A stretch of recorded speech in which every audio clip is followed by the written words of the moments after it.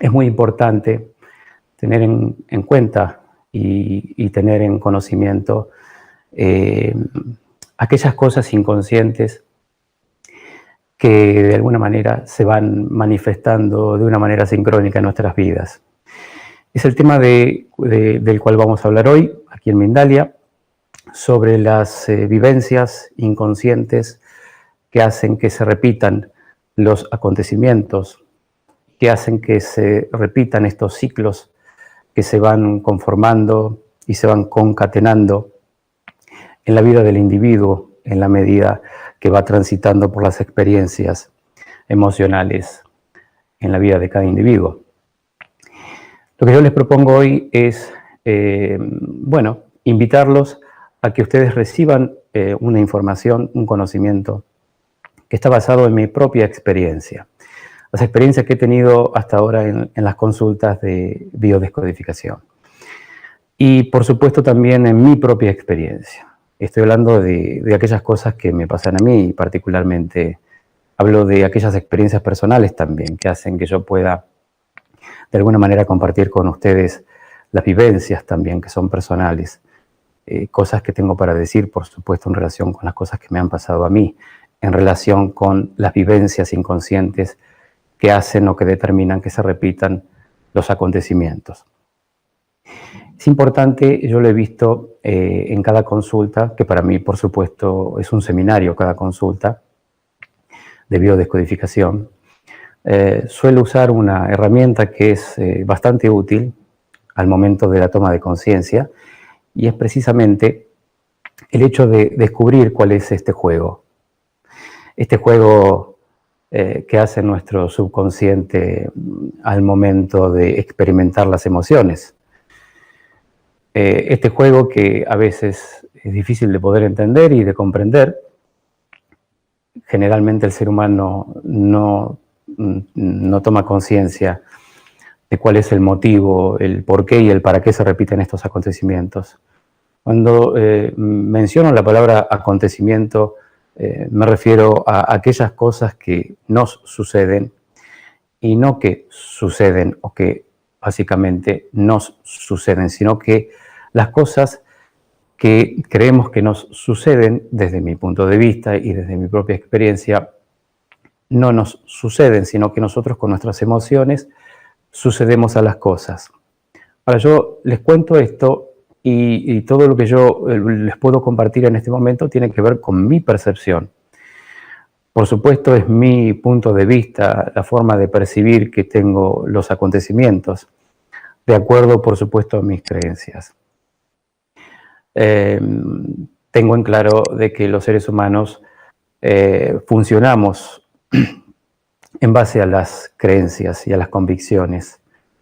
Y en base a esas creencias determinamos los hechos en la manera en que lo vamos percibiendo, de acuerdo a nuestras programaciones.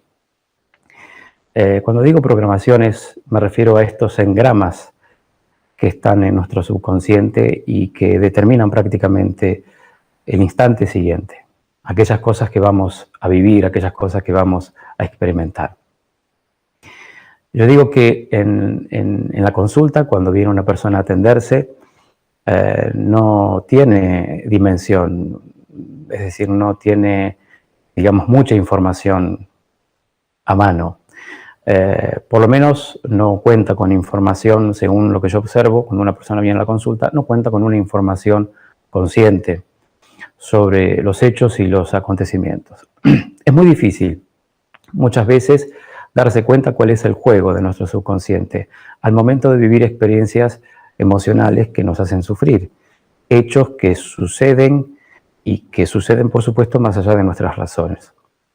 Es importante que podamos comprender que las cosas que creemos que nos suceden no nos suceden, sino que nosotros sucedemos a las cosas a través de nuestras emociones. Cuando yo digo emoción, me estoy refiriendo a una energía en movimiento, que seguramente ustedes tendrán algún conocimiento con respecto al tema de las emociones. Yo digo que las emociones son energías en movimiento y gracias a la emoción es que nosotros podemos conectarnos, gracias a la emoción, nosotros podemos experimentar nuestros sentidos. Podemos experimentar nuestros sentidos a través de nuestras emociones. Las emociones serían entonces los que nos anclan a aquellas cosas que existen y que son materiales y que podemos percibirlas como materia. Claro que si entramos en un mundo cuántico nos vamos a dar cuenta que hay cosas que no comprendemos porque quizás son un tanto complejas y sofisticadas al momento de poder dislucidar esos detalles que a veces nos pueden llegar a confundir porque no estamos quizás preparados conscientemente para poder recibir esa información y esos conocimientos. Y es entonces que por ahí nos estresamos un poco porque sentimos que no contamos con esa capacidad de poder observar aquellas cosas que otros sí pueden observar. Por eso les digo que esto tiene que ver un poco con mi experiencia en las consultas. Yo he observado en las consultas, a través de las experiencias que nos cuentan los consultantes, que hay un sistema de repetición. Evidentemente hay un sistema que es insospechado para nosotros, que no sabemos cómo funciona, algo que se repite una y otra vez.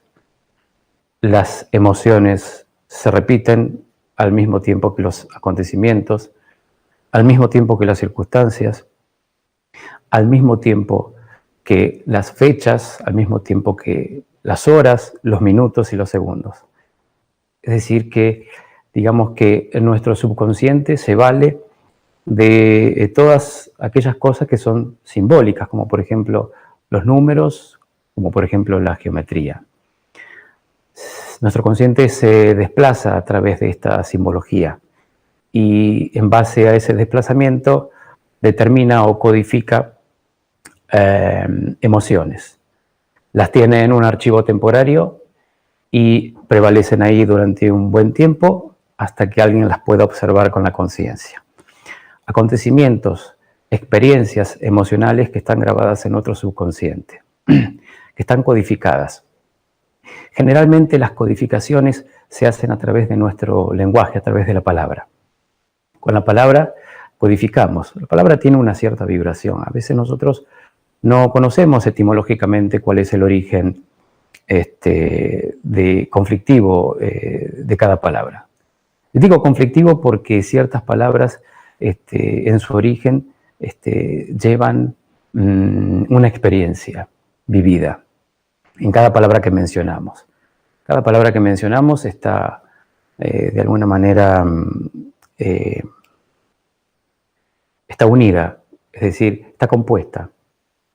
Mencionamos ciertas palabras que están compuestas, pero no sabemos etimológicamente lo que significa en la mayoría de los casos, y al mismo tiempo tampoco sabemos cuál es el origen, qué hay detrás de esa palabra. Y sin embargo, mencionamos ciertas palabras, como si fueran nuestras. En la mayoría de los casos, mencionamos, decimos frases, manifestamos ciertos argumentos, decimos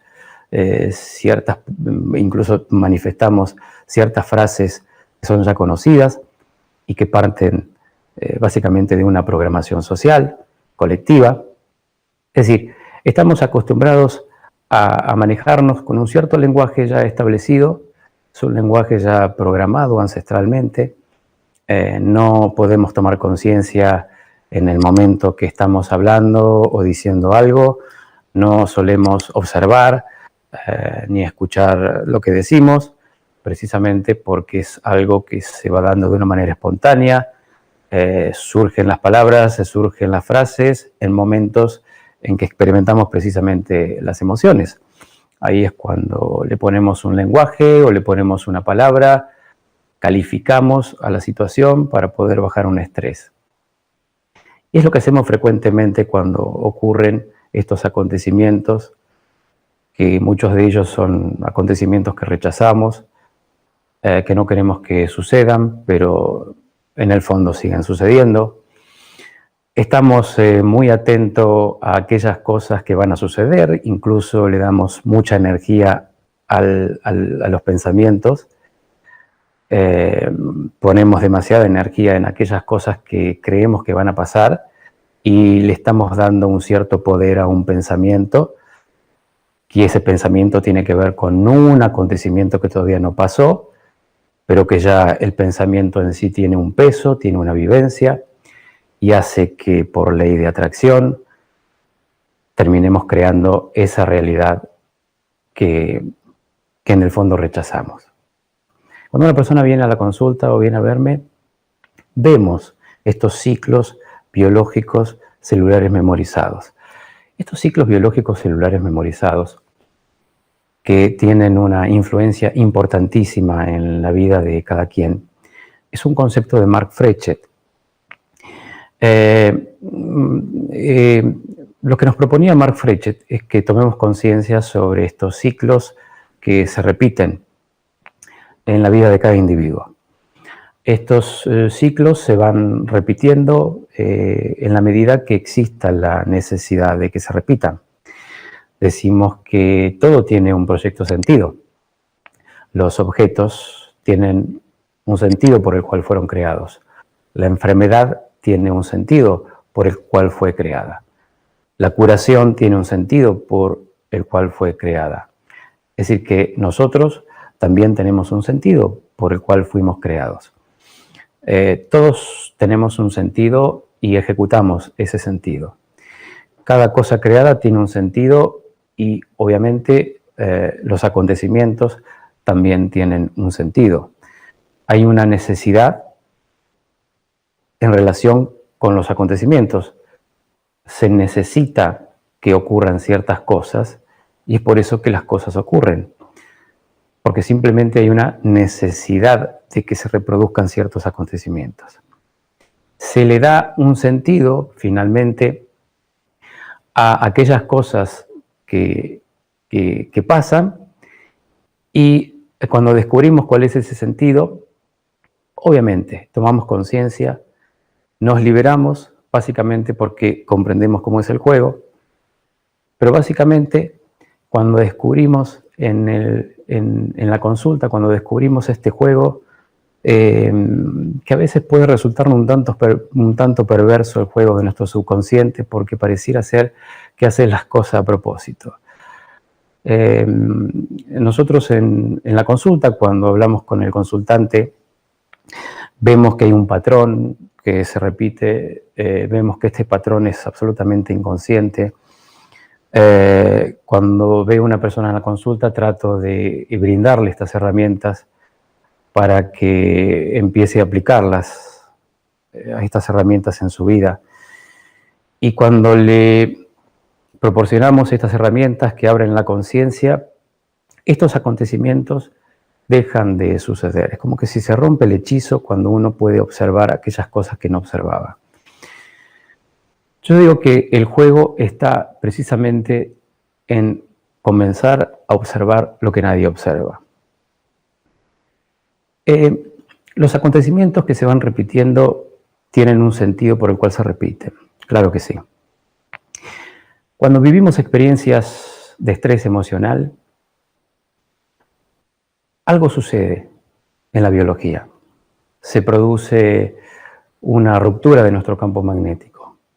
Codificamos las palabras, el lenguaje, y a partir de codificar ese lenguaje y esa palabra, nuestro subconsciente acomoda, se las ingenia para crear un ambiente exclusivo, para que podamos vivir aquellas cosas que nos han provocado estrés.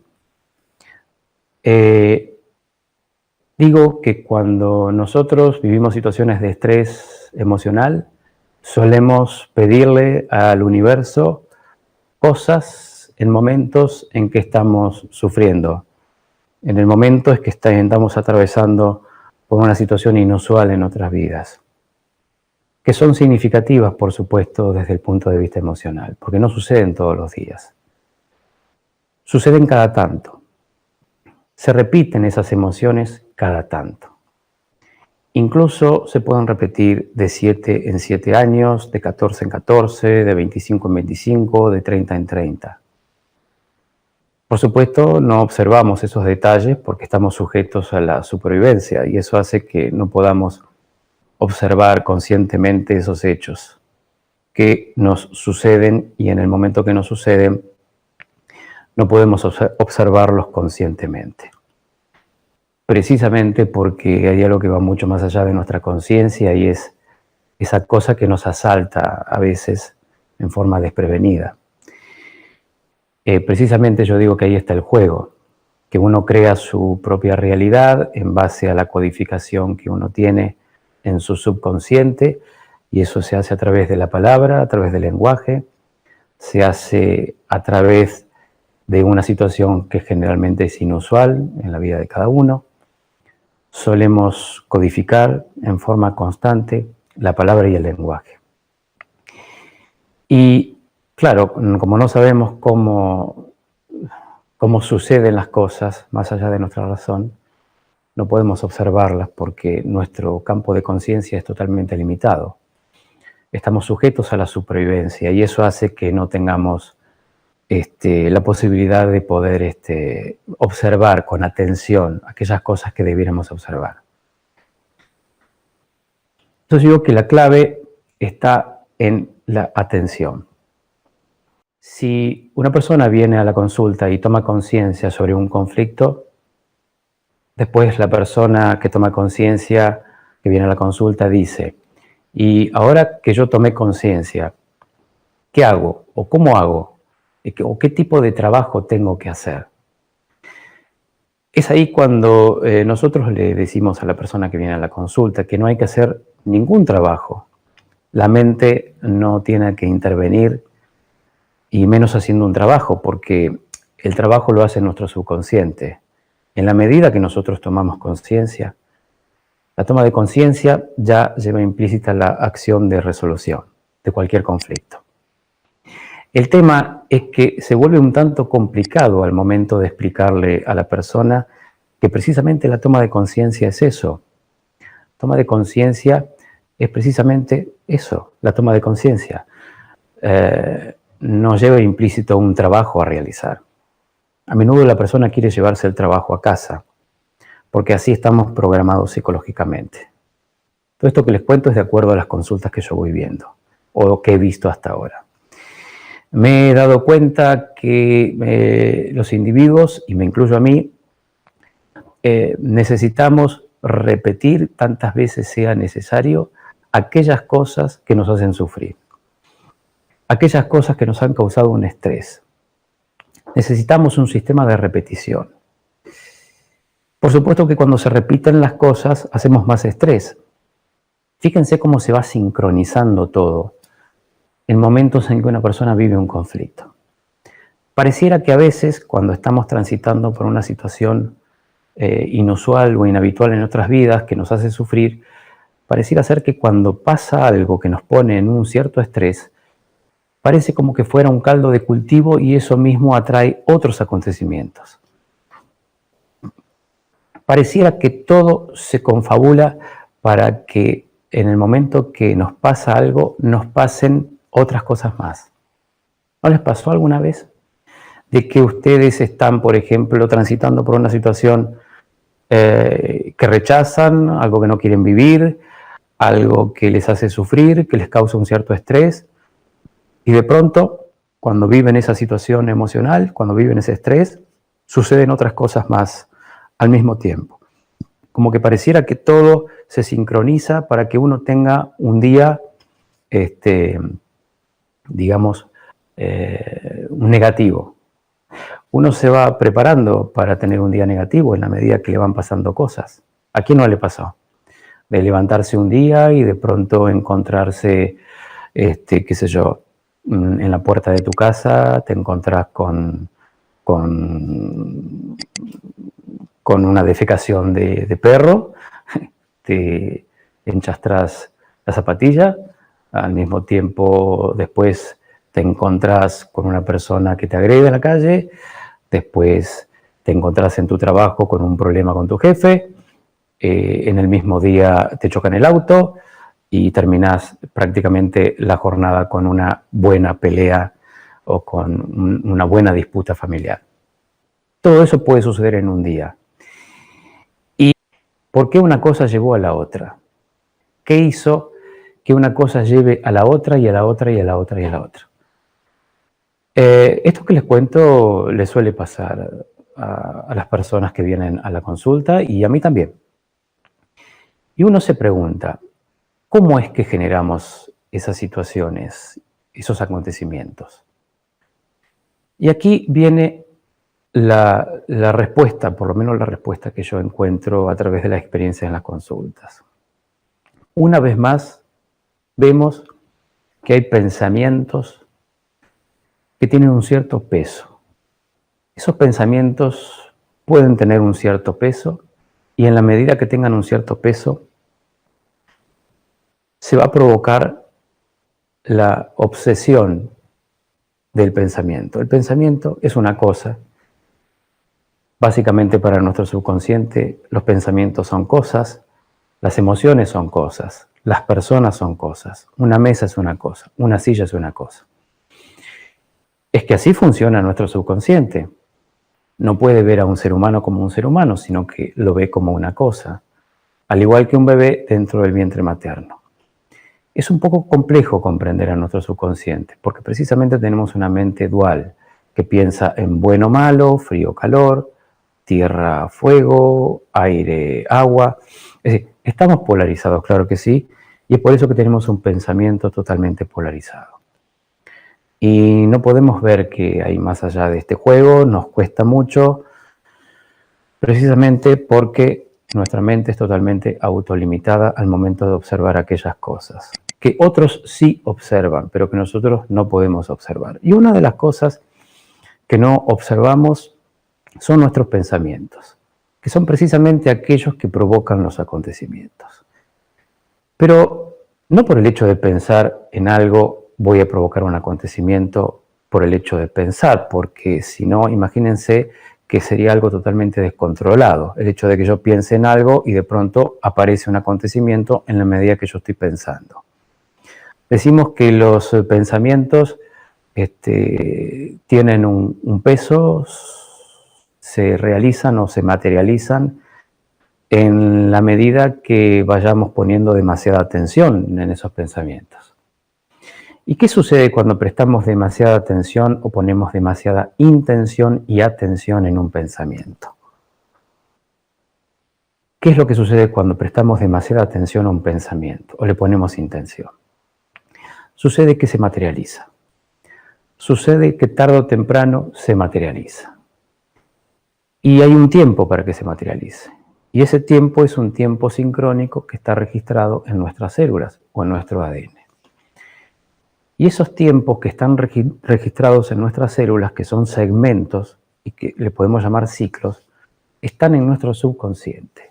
Y son estos ciclos que le llamamos ciclos biológicos celulares memorizados. El ser humano, a través de la supervivencia, ha encontrado una manera de ser autónomo.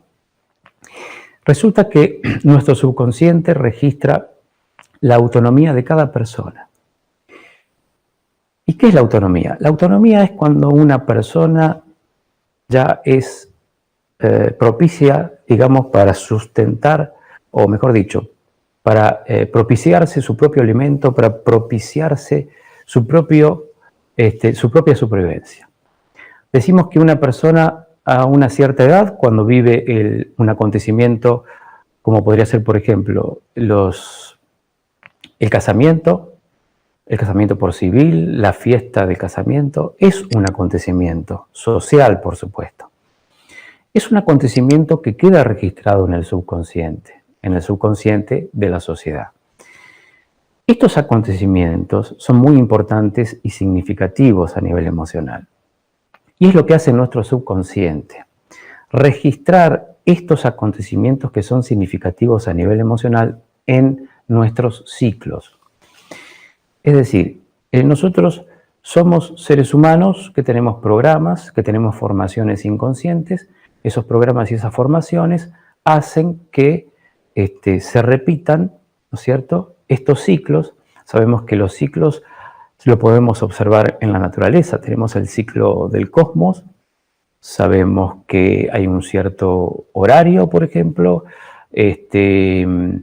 Las agujas del reloj tienen un movimiento determinado que generan ciertos ciclos o segmentos, al igual que los animales que tienen ciclos biológicos, como por ejemplo las gallinas que ponen huevos cada 2 días. Después tenemos a los animales, que es cada 2 años. Después tenemos los ciclos, por ejemplo, biológicos de la mujer, que son prácticamente cada 28 días, aunque no son ciclos que están marcados, digamos, de una manera determinante, ¿no? Porque puede ir variando por el sistema de conflictos emocionales, puede ir variando esos ciclos. Pero sabemos que en la mujer, por ejemplo, existen ciclos de 28 días que están registrados en nuestras células. Y sabemos que cada 28 días en la mujer se repite un acontecimiento. Y ese acontecimiento es un acontecimiento inconsciente, por supuesto, que se manifiesta en términos biológicos. Así como existen acontecimientos que se manifiestan en términos biológicos, también, por supuesto, existen acontecimientos que, más allá de estos sociales, del casamiento por civil, que son momentos en que nuestro inconsciente registra o codifica estas emociones, pues son emociones muy significativas y muy fuertes que tienen que ver con la autonomía de cada persona. Lo que quiero decir es que nuestro subconsciente registra los ciclos de autonomía. En base a estos ciclos de autonomía se genera un segmento, se genera un ciclo. ¿Por qué hace eso nuestro subconsciente? ¿Por qué? Porque precisamente nuestro subconsciente hace que se repitan las cosas. Hay un mecanismo, hay una mecanicidad que tiene que ver con la supervivencia. Fíjense que hay una ley, que es la quinta ley que descubre el doctor Hammer, que es la ley de la quinta esencia, que dice que todo en el cerebro está programado en términos biológicos de supervivencia. Es decir, que los ciclos que se repiten en la vida de un ser humano, los acontecimientos, las emociones, que hacen que se generen los mismos acontecimientos de siempre y que se repitan en tiempo y en forma, tienen que ver indefectiblemente con las emociones, y esas emociones tienen que ver con la supervivencia. Entonces, para poder tener un panorama un poco más claro de por qué suceden las cosas, primero debiéramos entender que todos los acontecimientos que se repiten tienen que ver como telón de fondo siempre está la supervivencia. Es decir, si no fuera por la necesidad de sobrevivir, no se crearía entonces la necesidad de la reproducción de esas emociones y de esos acontecimientos. Eso es lo que yo descubro en cada consultante, que sí hay ciclos que se repiten en la vida de esa persona, que hay una mecanicidad que a veces es inconsciente, en la mayoría de los casos, a veces es consciente. Pero en general, o en términos generales, esta mecanicidad que sucede más allá de nuestra razón es inconsciente. Y esta sincronicidad sucede mucho más allá de nuestra conciencia, podríamos decir en otros estados de conciencia. Y estos estados de conciencia son insospechados para nosotros, no podemos observar lo que está mucho más allá de nuestra conciencia, porque obviamente es totalmente limitada en base a la información que tenemos, en base a la información que tenemos en nuestra cabeza, básicamente. Para poder comprender por qué se generan el mecanismo de repetición, también debemos comprender que hay una necesidad de la madre naturaleza en que podamos descargar, en que podamos resarcirnos de esas emociones, ¿no es cierto?, que han dado puerta, o mejor dicho, que han sido precisamente esas emociones la puerta de entrada a la codificación de la palabra y el lenguaje. El estrés. Sabemos que cuando el estrés supera el límite de capacidad de nuestra conciencia, codificamos. Interpretamos los acontecimientos de la manera en que estamos programados para interpretarlos. Ponemos demasiada energía en un pensamiento, le damos poder a un pensamiento, alimentamos un pensamiento que tiene que ver muchas veces con acontecimientos que no van a suceder, pero ya estamos alimentando un pensamiento de algo que podría llegar a suceder. Imagínense ustedes En la medida que nosotros vamos alimentando un pensamiento y le damos un peso a ese pensamiento que es una cosa para nuestro subconsciente, termina siendo un pensamiento que tiene un cierto peso. Se termina transformando en una vivencia que tiene un cierto peso. Y esa vivencia que tiene un cierto peso va a determinar que aquellas cosas que no queremos que pasen terminen pasando, precisamente porque ese es el juego. Hay una frase que dice, el miedo a la cosa atrae a la cosa para que se deje de tener miedo a la cosa. Y así como existe el miedo a la cosa, también existe la necesidad o el deseo de que algo lindo o positivo ocurra en nuestras vidas. Y cuando le ponemos demasiada energía a aquellas cosas que queremos que ocurran, terminan ocurriendo. Estamos pensando y le estamos dando poder y estamos alimentando un pensamiento que abre la posibilidad de que pase algo bueno, de que abre la posibilidad de que pase algo positivo en nuestras vidas.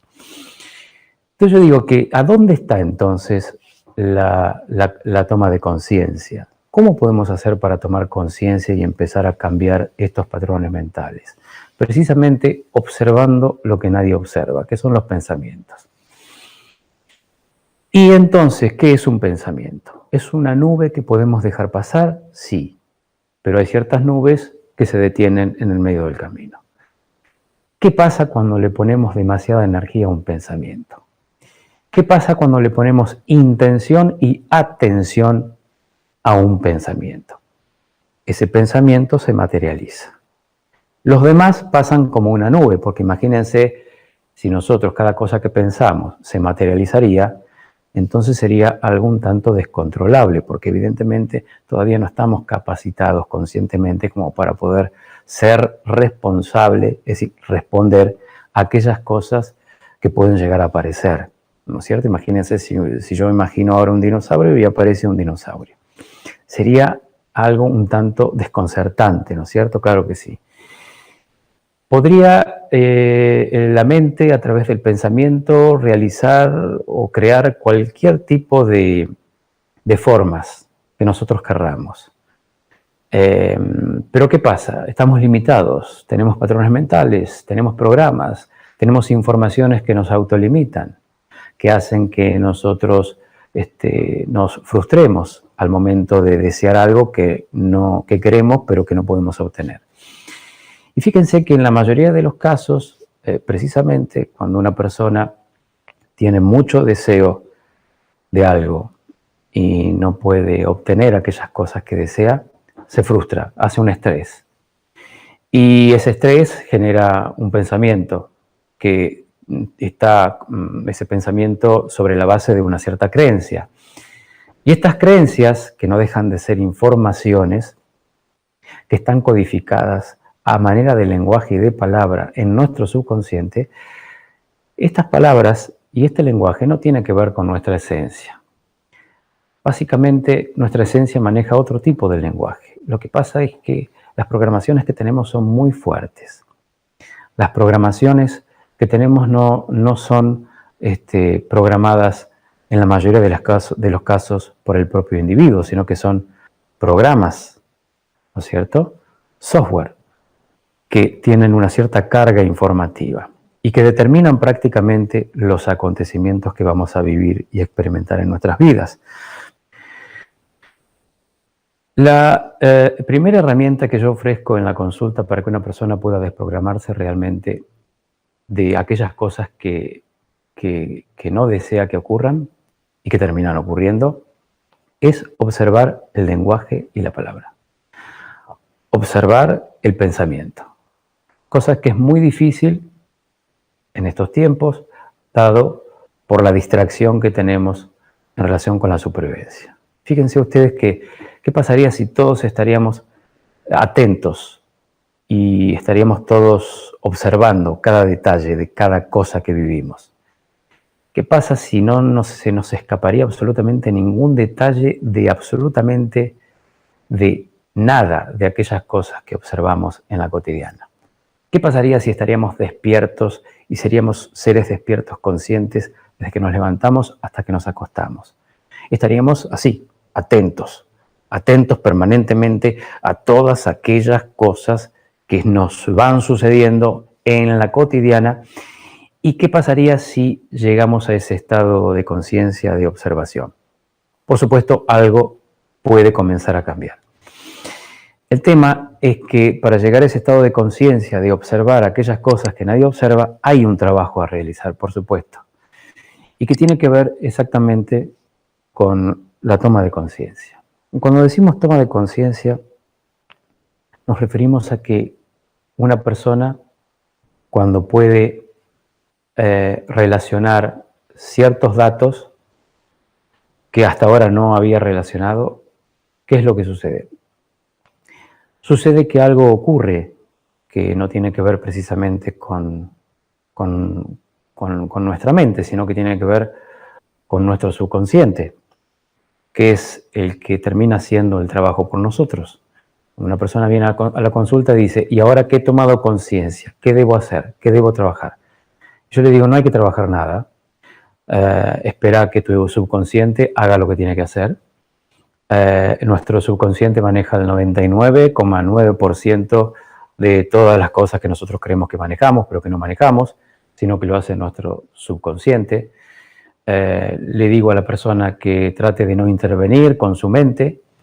Le digo a esa persona que trate de tomar conciencia, que se relaje, que trate de delegar aquellas cosas que no les corresponde en relación con sus creencias y sus convicciones, porque vuelvo a repetir, va mucho más allá de las convicciones y de nuestras creencias, aquellas cosas que tienen que trabajarse desde el subconsciente. A menudo nos cuesta, como seres humanos, poder delegar el trabajo a nuestro subconsciente, porque nuestro ego hace que creamos que la mente es la que tiene que resolver todo. Y en realidad, según mi experiencia, por supuesto, la mente no tiene mucha experiencia en la resolución de los conflictos.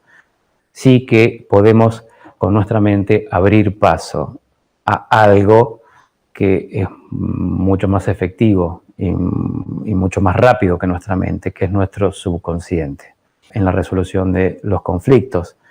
Sí que podemos con nuestra mente abrir paso a algo que es mucho más efectivo y mucho más rápido que nuestra mente, que es nuestro subconsciente. A nivel vibratorio, podríamos decir que nuestro subconsciente tiene una cierta velocidad y nuestra conciencia tiene otra velocidad. Podríamos decir que nuestra conciencia nos autolimita en la medida que tenemos creencias y convicciones y en la medida que tenemos información heredada en la molécula de la herencia. Nos predispone, nos determina esa información que está en nuestro ADN, la forma de percibir al mundo. ¿Y qué es lo que le proponemos entonces al consultante? Cambiar la forma de ver las cosas. ¿De qué forma el consultante puede cambiar las cosas? En el caso que quiera cambiar las cosas. Yo les digo, no hay que cambiar las cosas, es uno el que tiene que cambiar. Pero para poder cambiar hay que tomar conciencia. Tomamos conciencia, cambiamos internamente y los demás cambian. Y el resto de las cosas cambian. Y los acontecimientos dejan de reproducirse en la medida que uno toma conciencia. Y no estoy hablando de hacer un trabajo interno, porque el trabajo interno para nuestro subconsciente es trabajo. En la medida que uno dice voy a trabajar, para nuestro subconsciente es trabajo. ¿Y qué hace nuestro subconsciente? Nos va a preparar un ambiente de trabajo. ¿Por qué nos va a preparar un ambiente de trabajo? Porque simplemente estoy poniendo intención y atención a ese pensamiento. Y estoy diciendo, voy a trabajar este conflicto. ¿Y qué hace el inconsciente? Pues entonces preparemos un ambiente de trabajo. Y ahí se ha creado entonces, o se habrá creado un acontecimiento que tiene que ver con un trabajo. Porque simplemente así lo determina nuestra forma de creer. Así lo determinan estos programas que hacen que las cosas sucedan finalmente. Más allá, por supuesto, de nuestra voluntad. ¿Y por qué, de alguna manera, cuando llegan estos acontecimientos que rechazamos, decimos que el otro tiene la culpa, o que la culpa es de la enfermedad, o que la culpa es de estos acontecimientos, de las cosas que me pasan. Porque precisamente lo que hacemos en forma permanente es no mirar el espejo interno que tenemos nosotros. Porque precisamente el hecho de mirarse al espejo es la única forma de poder tomar conciencia, es mirarnos a nosotros mismos. Lo que pasa es que siempre buscamos una imagen externa.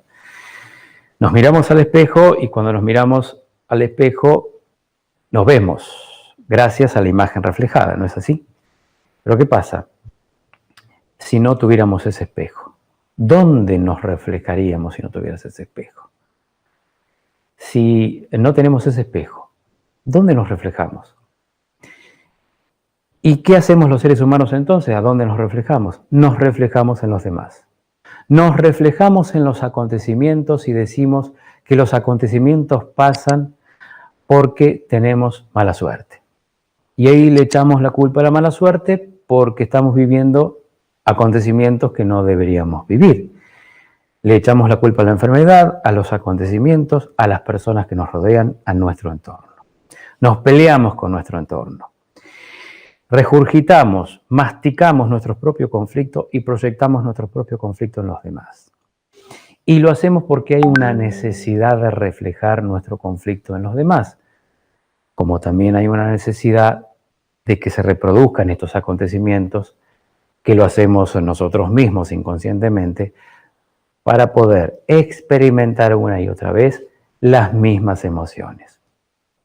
¿Por qué le decimos que la emoción en la descodificación biológica es el invariante? Porque no varía. Porque esa emoción es la que se repite una y otra vez, a pesar de los escenarios, a pesar de los acontecimientos, de las épocas, a pesar de los actores, a pesar del guionista, a pesar del director. Las emociones se repiten. Los acontecimientos pueden variar, las escenas, las épocas, los actores. Pero lo que no varía es la emoción. La emoción, que es energía en movimiento, es la que se repite y la que se seguirá repitiendo en la medida que nosotros no observemos a esos pensamientos. Esos pensamientos están en la cotidiana. Esos pensamientos están a la orden del día y como moneda corriente en el instante preciso en que sucede. Pero ¿qué hacemos en ese momento? ¿Qué suceden las cosas? No las observamos con nuestra conciencia. ¿Y por qué no observamos las cosas con nuestra conciencia? Porque hay un patrón mental que hace que pongamos demasiada atención y demasiada energía a aquellas cosas que no queremos que pasen. ¿Qué pasa cuando se repiten los acontecimientos y decimos, otra vez volvió a pasar lo mismo? ¿Qué pasa cuando se repiten aquellas cosas que sabíamos o percibíamos que podrían llegar a ocurrir y ocurren? No sé si les pasó alguna vez de decirse a sí mismos, yo sé lo que va a pasar, esto va a terminar así y va a terminar así. Y ya desde antemano estamos poniendo demasiada energía y demasiado peso, demasiada atención e intención en ese pensamiento de que algo malo va a ocurrir. Lo decretamos en el momento y termina ocurriendo. Así es de poderosa nuestra mente. Lo que pasa es que no nos damos cuenta que ese poder lo estamos utilizando para resolver nuestros conflictos. Porque si utilizáramos ese poder en aquellas cosas buenas que quisieran que nos pasara, terminamos poniendo la energía y polarizando en esas cosas que no quiero que me pase. ¿Y qué pasa cuando ponemos demasiada energía en algo que no quiero que me pase? Esta ley que hace que se genere este tipo de sincronicidades, de reproducción de acontecimientos, es una ley inexorable, que tiene que ver con leyes sincrónicas que van mucho más allá de nuestra conciencia, que operan en otros estados y que se terminan materializando en este estado de conciencia. Poner demasiada energía en algo que no quiero que pase, la solución es que pase. Entre miedo a no poder caminar, en el caso de una persona que venga a la consulta, que fue diagnosticada con una enfermedad incurable, y esta enfermedad incurable supongamos que tiene que ver con una inminente esclerosis múltiple, que todavía no sucedió, pero que podría llegar a suceder. Fíjense lo que ocurre. Una persona viene a la consulta, está muy preocupada porque su médico le dijo que probablemente no pueda caminar en el futuro. ¿Qué hace el inconsciente? Trata de dar una solución. Dice, ¿qué causa más estrés? Porque sabemos que tenemos nuestro traductor biológico, que es nuestro cerebro, que opera únicamente en nuestro cuerpo y no puede ir más allá de nuestro cuerpo y tiene absoluto control sobre todas nuestras células, pero no lo que pasa afuera. Lo que pasa afuera está en nuestro inconsciente exterior. Y dice nuestro inconsciente exterior, y el cerebro ya lo sabe también, ¿qué es lo que causa más estrés? ¿Miedo a no poder caminar o no caminar? Si hay mucha energía y demasiado pensamiento, demasiada intención y atención en el miedo a no poder caminar, y eso causa mucho estrés, pues entonces la solución será no caminar. Si no caminando me causa menos estrés, pues entonces esto es más útil que esto. Por lo tanto, esto sirve para sobrevivir. Más tiempo me da una chance, por supuesto. Porque evidentemente esto produce mucho estrés, esto me puede producir un agotamiento psíquico y una distracción. El demasiado miedo a no poder caminar hace que nuestro cerebro lo resuelva por nuestro subconsciente de una manera que obviamente no queremos y rechazamos, que es no caminar. Entonces, fíjense que esto es fundamental para poder comprender por qué los acontecimientos se repiten.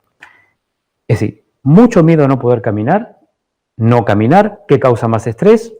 No caminar causa menos estrés, pues entonces la solución será no caminar.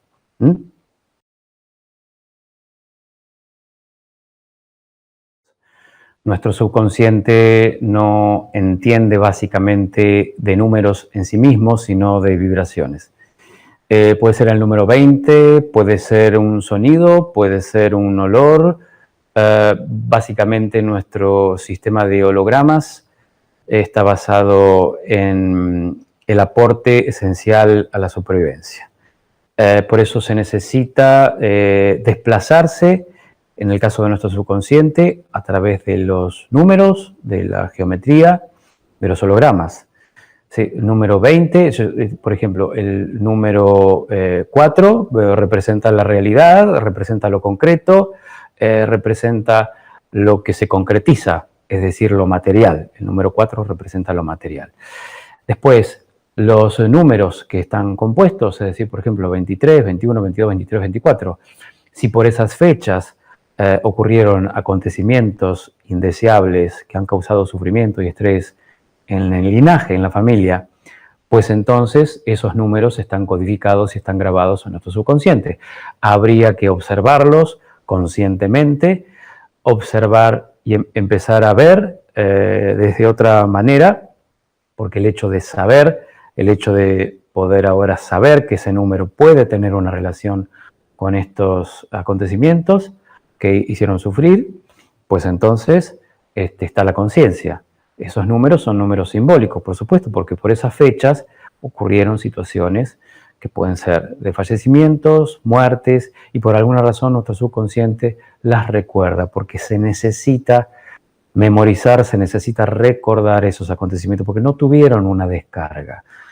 Si hubiesen tenido una descarga, pues entonces no habría necesidad de que esos números simbólicos causen ciertas tristezas o ciertos sufrimientos. Una persona no se conectaría emocionalmente si no hay ninguna cuenta pendiente, si esa persona ya compartió esas experiencias con otros, entonces esa persona no estaría de alguna manera afectada emocionalmente y simbólicamente a través de los números. Sí, claro que esos números pueden ser significativos, pero porque están asociados inconscientemente en forma directa a esos acontecimientos que ocurrieron en la familia. Claro que sí.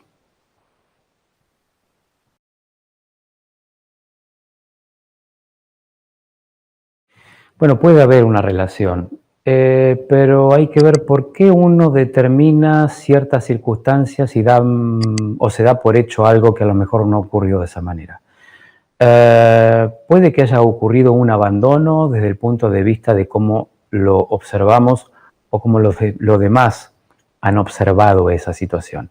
Lo que no significa que su abuelo haya abandonado. Probablemente la persona que vivió esa experiencia se haya sentido abandonada. Que no significa que la otra persona, que sería el abuelo, lo haya abandonado o haya hecho abandono. Siempre es la experiencia de cómo se vive el acontecimiento.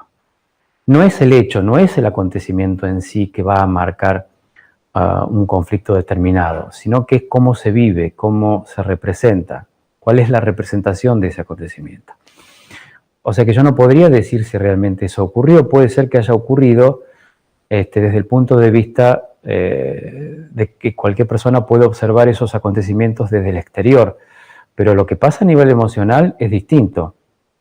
Puede tener una relación, claro que sí, porque si ese acontecimiento del abandono de su abuelo representó algo significativo, puede que esa emoción significativa esté todavía desde el subconsciente produciendo un estrés inconsciente, y ese estrés inconsciente lo que hace es atraer esos acontecimientos, y en esos acontecimientos van a aparecer actores, como por ejemplo podrían ser estos extranjeros que aparecen en la vida de esa persona, aparecen en forma sincrónica para colaborar con la realidad emocional de esa persona. Y esa realidad emocional tiene que ver con experiencias de otros. Probablemente en el subconsciente esté esa experiencia del abandono. No porque alguien haya abandonado, sino porque alguien se haya sentido abandonado. Y esa experiencia puede estar en el subconsciente y puede viajar a través de los genes. En la molécula de la herencia puede estar esa experiencia que no fue descargada, que no fue liberada todavía, y ella por alguna razón sigue reproduciendo esos traumas que no fueron vividos por ella particularmente, pero evidentemente el hecho de encontrarse con estos extranjeros y que no tengan un cierto compromiso, debe ser que estos extranjeros colaboran de alguna manera con la realidad emocional de esta persona. Lo que quiero decir con esto es que uno atrae esa realidad. Finalmente uno atrae ese tipo de acontecimientos y ese tipo de personas. ¿Por qué lo hace uno? Porque necesita resolver los traumas de otro. Entonces, ¿qué significa esta reunión con estos extranjeros y estas emociones? La cita con el propio trauma de algún integrante del linaje o de la familia.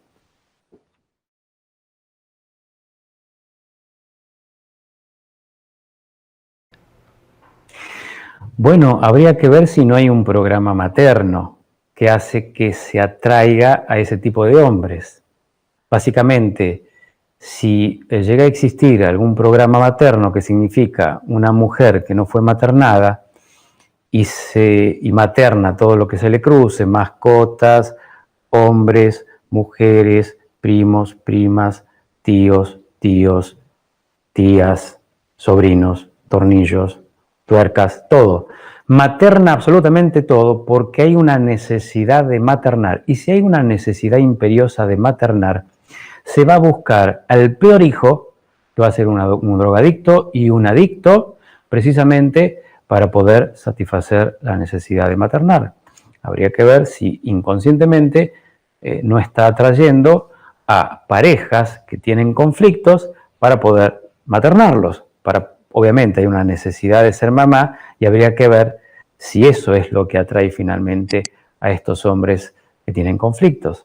Básicamente cuando uno dice me hacen esto o me hacen lo otro, ahí está el recurso de la victimización, que es la mejor solución para una desvalorización.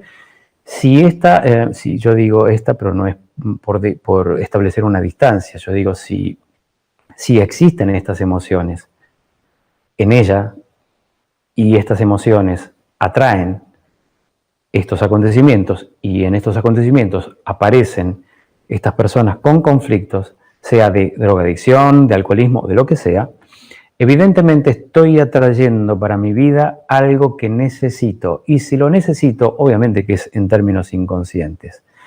Necesito maternar.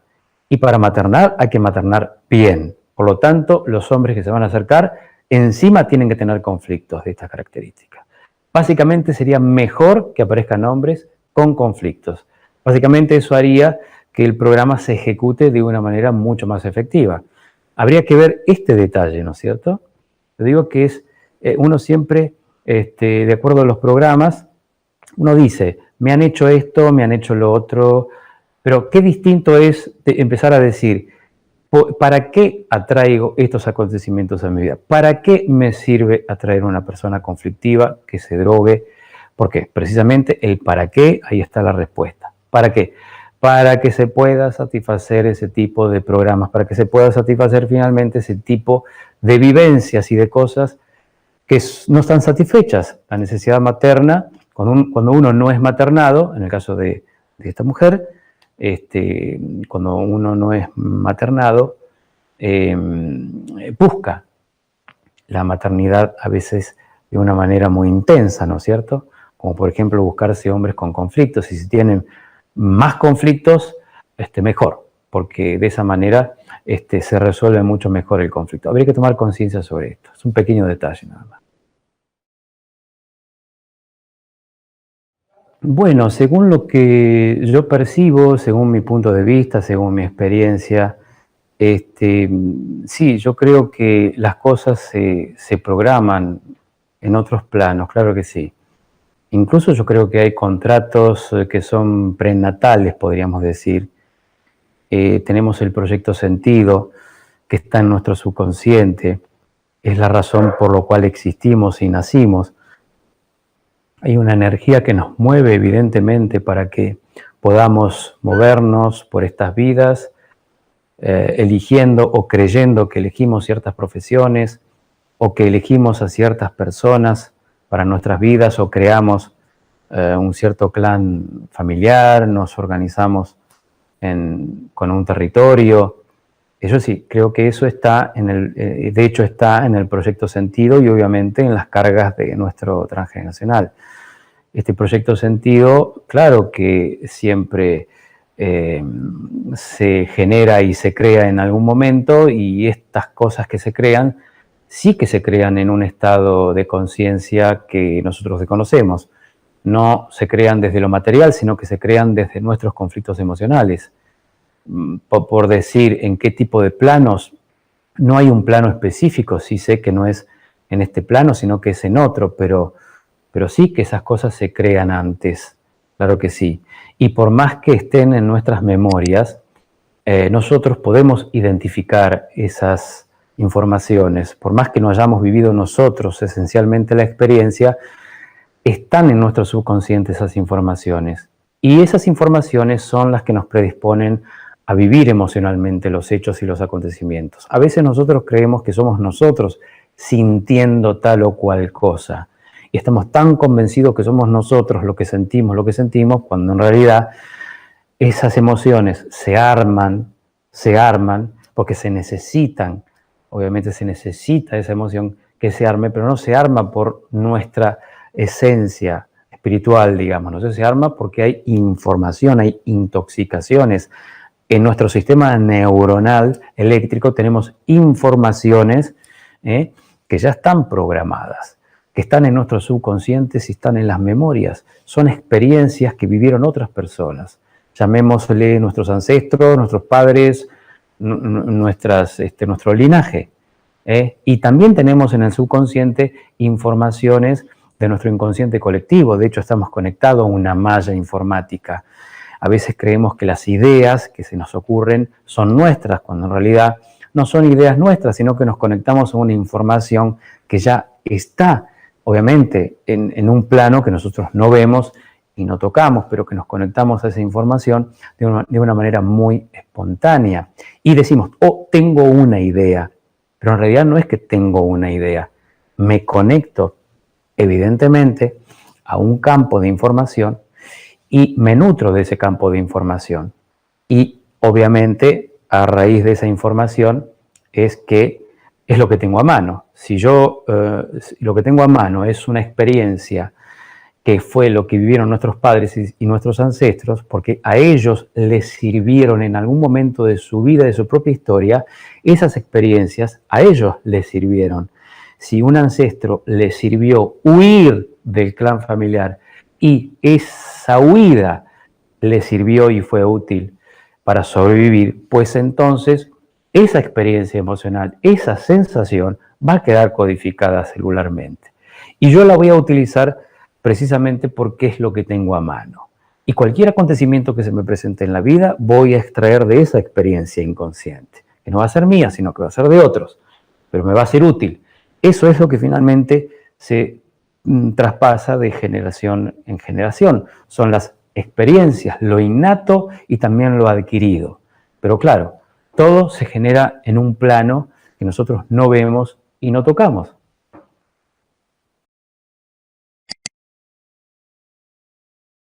Bueno, yo digo tomar conciencia sobre el lenguaje y la palabra, el miedo a que falte algo. Es una sensación y es una emoción.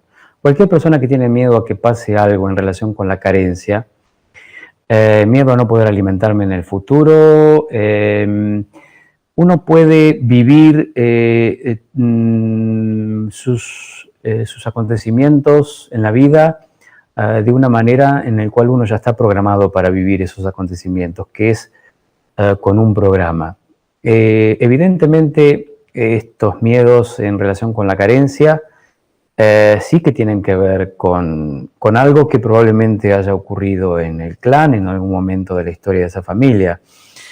La pregunta es, ¿cómo hacer para dejar de tener miedo o para dejar de reproducir esas emociones de carencia, para que no se generen las mismas carencias? Bueno, precisamente lo que yo decía hace un ratito, poner atención e intención en los pensamientos. Cuando me levanto a la mañana, ¿qué es lo primero que se me cruza por la cabeza? ¿Qué sensación? Poder identificar esas sensaciones, que tienen un lenguaje y tienen una palabra. Generalmente cuando sentimos cosas, no observamos qué tipo de lenguaje o qué palabra se esconde detrás de esa sensación. Generalmente no lo observamos porque no prestamos atención, porque no tenemos ese alerta, no ponemos la intención y la atención a ese pensamiento. Y es por eso que se repite y se repite y se repite y se repite. Se va a seguir repitiendo en la medida que no observemos con mucha atención a dónde está ese lenguaje que está programado y que está codificado, que nos puede decir miedo a que me falte algo, o hoy me va a faltar esto, me va a faltar lo otro. La palabra falta puede ser también lo siguiente: alguien me faltó en la familia, o alguien me puede llegar a faltar, o tengo miedo de faltar yo en el clan. No quisiera faltar, ¿qué van a hacer mis hijos si yo falto? Entonces, habría que ver cuál es el lenguaje, cuál es la palabra, ¿no es cierto?, que mueve la energía de esa persona, que siente, ¿no es cierto?, o tiene miedo a la carencia. Entonces, la pregunta es, ¿cómo hago yo? ¿Cómo hago para evitar la carencia? Es una pregunta que viene desde la dualidad, porque hay que ver desde dónde se hace esa pregunta. Porque una persona puede decir, ¿y ahora cómo hago yo? Porque sí, a mí me pueden decir, sí, tengo que identificar cuál es esa palabra inconsciente que hace que yo codifique y que genere estos acontecimientos. Claro, pero la pregunta es, ¿cómo hago? En la pregunta, ¿cómo hago?, está implícita la conciencia de la persona. ¿Se dan cuenta? Porque el hecho es, no cómo hago. Porque el cómo hago es como pedir un consejo. Es el consejo del padre o de la madre. Debes hacer esto, debes hacer lo otro. Sí, la pregunta, ¿cómo hago? Sí, la única forma en que se puede hacer, o la única forma que yo veo que se puede romper ese hechizo del miedo a la carencia y que dejen de suceder esos acontecimientos, es la conciencia, la toma de conciencia. En el momento que pasa, en el momento que sucede esa sensación y esa emoción, es el momento en que debemos observar. Entonces, ahí está el juego precisamente, que nos propone nuestro subconsciente, que es cuando está pasando, en el instante preciso que está ocurriendo. Es ahí donde aparece la conciencia, la atención absoluta en lo que está ocurriendo en el mismo instante que sucede. Porque es muy sutil y aparece de una manera muy espontánea y no pide permiso a la emoción. Es algo que está codificado, es algo que está enraizado de tal manera que no se puede identificar de una manera consciente, porque es como un viejo amigo que a uno lo acompaña, ¿no? Entonces, más allá que hayan ocurrido situaciones en la familia de carencia y ello haya determinado de alguna manera un cierto comportamiento emocional en esa persona que ahora en la actualidad tiene miedo a la carencia, la forma de poder cambiar, digamos, la conciencia, la forma de que cambien las cosas, es cambiando la forma de ver como uno lo está viendo. Entonces, Creo que se trata de tomar conciencia sobre la forma en que uno está observando esa cosa que sucede. Entonces hay que cambiar la forma de observarla, y la forma de cambiar es con la información. Es empezando a observarse a uno mismo y hacer un esfuerzo, por supuesto, y tener la intención de querer cambiar, porque hay 3 frases que son fundamentales para mí, de acuerdo a mi experiencia. Querer cambiar, saber que se puede cambiar y aceptar el cambio. Entonces, saber que se puede cambiar es el conocimiento. Si no tengo conocimiento, ¿cómo voy a saber que puedo cambiar? Quiero cambiar, tengo que dar un paso. Ese paso es un paso que yo doy para que mi inconsciente dé 10 pasos hacia mí. Si no, ¿cómo voy a hacer el cambio si no estoy demostrando o no estoy dando una señal al universo de que quiero cambiar? Y por último, aceptar el cambio que puede venir con revoluciones, ese cambio puede venir con tristezas profundas, ese cambio puede venir con estrés. Ese cambio puede venir con mucha incomodidad a veces, ¿no es cierto? Porque ese cambio hace que muchas veces nos podemos sentir separados o podemos dejar de estar alimentados. Si decidimos hacer ese cambio, podemos dejar de estar alimentados, podemos dejar de reproducirnos. Si decido y me expreso y quiero cambiar, puede que haya un peligro en que me abandonen. Si hago el cambio, puede que a lo mejor me separe o me sienta separado o pueda que no me pueda comunicar, o pueda que pierda el contacto o que pierda algo. O sea que el cambio puede llevar implícito a ese peligro. Entonces el peligro ese es una ilusión, porque ahí están los programas precisamente. Entonces hay que estar atentos a esos programas que hacen que uno muchas veces no le convenga hacer ese cambio. Y hacer ese cambio implica muchas veces observar lo que no observaríamos. Hacer cosas que los otros no hacen. O hacer algo que uno no haría y mientras más difícil, mejor. Ese es el salto cuántico que puede suceder en la vida de una persona. Y el salto cuántico es un salto cuántico, no hay algo medible en ese salto, es un salto. Es como un color verde que se transforma en rojo. No sabes por qué se transformó en rojo, simplemente se transformó. No hay una explicación para eso. El salto cuántico es el salto cuántico. Y para darse cuenta cómo se va a dar ese salto, hay que dar un paso y a veces un salto al vacío con los ojos vendados.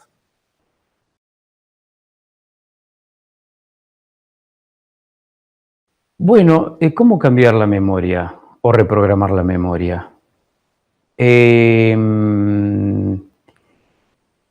Dando ese paso, dando ese salto, empezando a cambiar el lenguaje,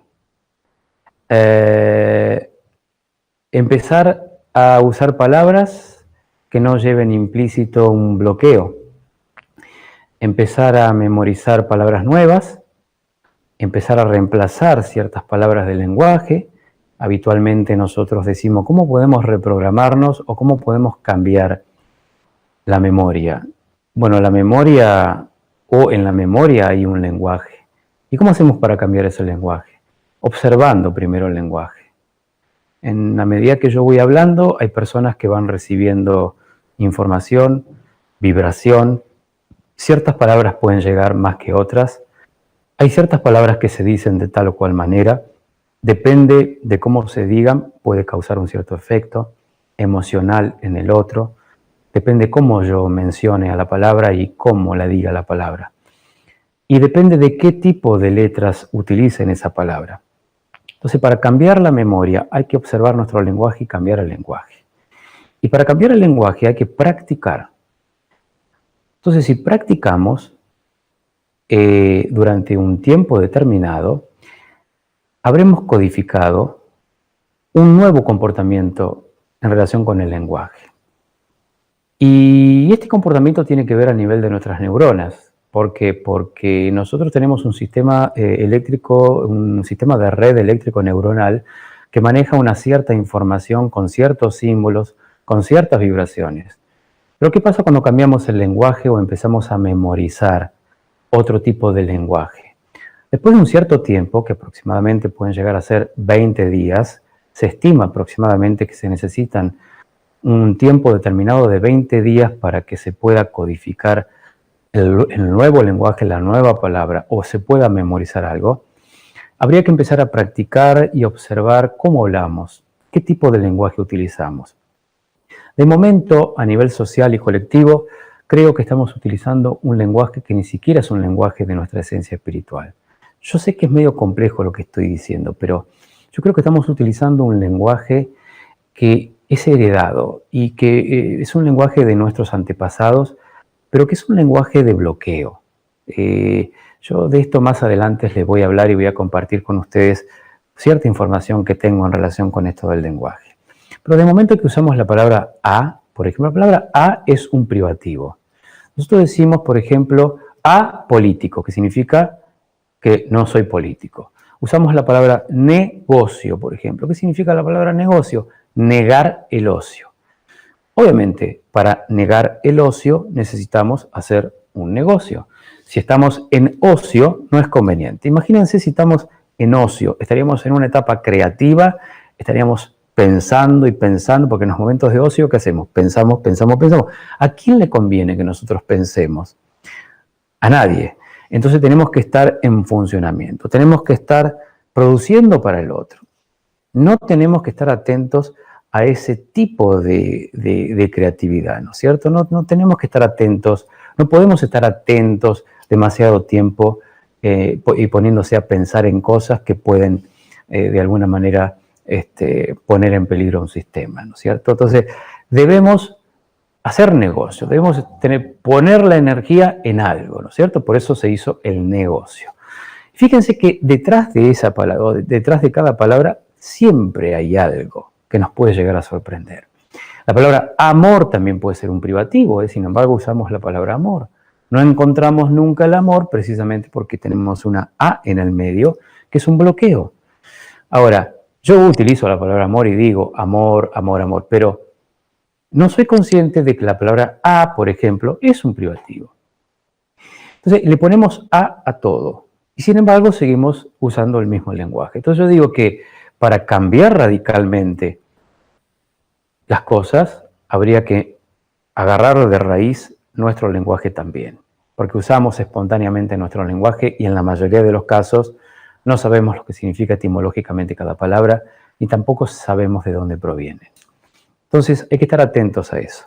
Pero para poder reprogramar y cambiar la memoria, empecemos a observar a nuestro lenguaje y empecemos a practicar y cambiar la forma de ver las cosas, pero cambiando el lenguaje. Porque si yo pienso y digo, siempre me pasa lo mismo o siempre me va a pasar lo mismo, o este tipo siempre hace lo mismo.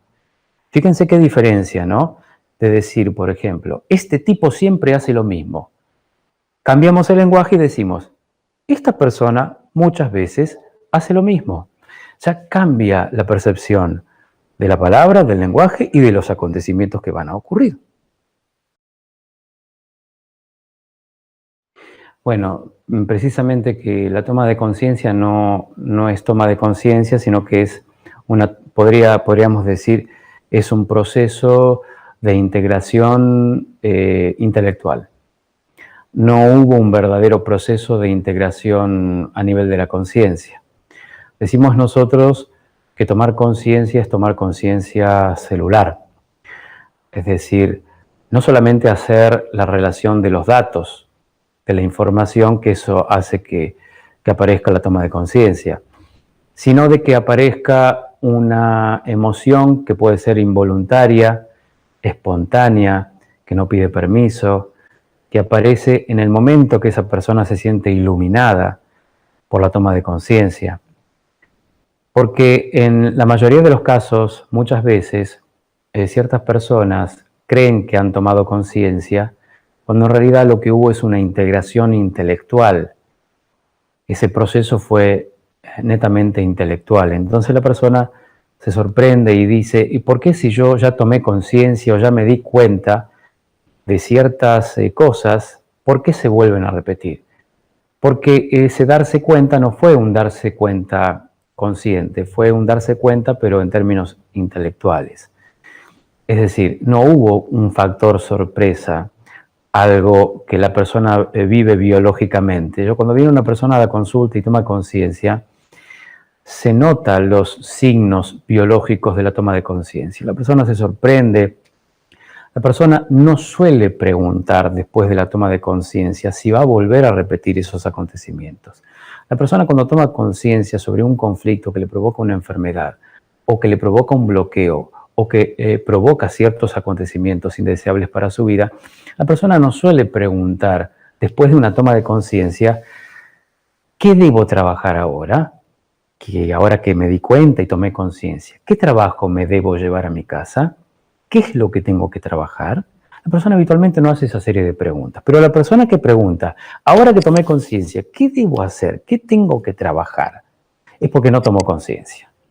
Porque la toma de conciencia es celular y los signos biológicos se ven, se notan, son apreciables, se los puede observar, están ahí, latentes en el momento que ocurre la toma de conciencia, aparecen emociones que asaltan a la persona de una manera involuntaria, que significa que la emoción aparece y no pide permiso, así como tampoco pidió permiso el conflicto, tampoco pidió permiso el shock emocional que vivió esa persona, por lo cual codificó un lenguaje, la emoción, y por lo cual manifestó sus acontecimientos correspondientes a ese lenguaje de pensamiento.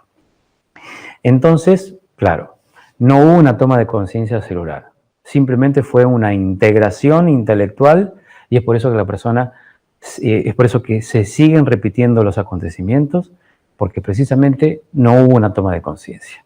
La toma de conciencia es algo que va mucho más allá de nuestra razón, es algo que no se cuestiona, es algo que aparece y la persona dice, ya está, ya lo comprendí, ya, listo. No hace falta ni siquiera un cuestionamiento de nada porque se siente en las células.